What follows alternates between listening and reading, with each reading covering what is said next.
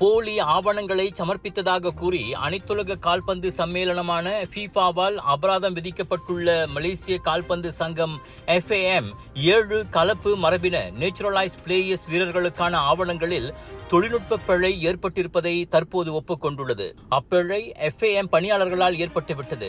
ஆனால் வீரர்கள் அனைவரும் உண்மையிலேயே மலேசியர்கள் தான் என அதன் பொதுச் செயலாளர் நூர் அஸ்மான் ரஹ்மான் கூறினார். FIFA முன்னதாக FAM-க்கு சுமார் 19 லட்சம் ரிங்கிட் அபராதம் விதித்ததோடு அந்த 7 வீரர்களுக்கு 12 மாத தடையுடன் தனித்தனியாக அபராதமும் விதித்தது. ஆவணங்கள் தொடர்பாக போலியான மற்றும் தவறான தகவல்களை FAM வழங்கியதாக FIFA ஒழுங்கு நடவடிக்கை தீர்ப்பளித்தது. அந்த 7 வீரர்களும் கடந்த ஜூன் மாதம் வியட்நாமுக்கு எதிராக நடைபெற்ற 2027 ஆசிய கிண்ண தகுதிச் சுற்று போட்டியில் விளையாடியிருந்தனர். எழுத்துப்பூர்வ தீர்ப்பை FIFA வெளியிட்ட பின் மேல்முறையீடு செய்வோம் என FAM தெரிவித்திருந்த நிலையில் தற்போது தொழில்நுட்ப பிழை இருந்ததை அது ஒப்புக்கொண்டுள்ளது. FAM-க்கு விதிக்கப்பட்ட அபராதம் மலேசிய கால்பந்து துறைக்கு பெரும் பின்னடைவு என கால்பந்து விமர்சகர்கள் கூறியிருந்தது குறிப்பிடத்தக்கது. விலையோ மலிவு, செலவோ குறைவு, தரமோ உயர்வு, மனமோ நிறைவு.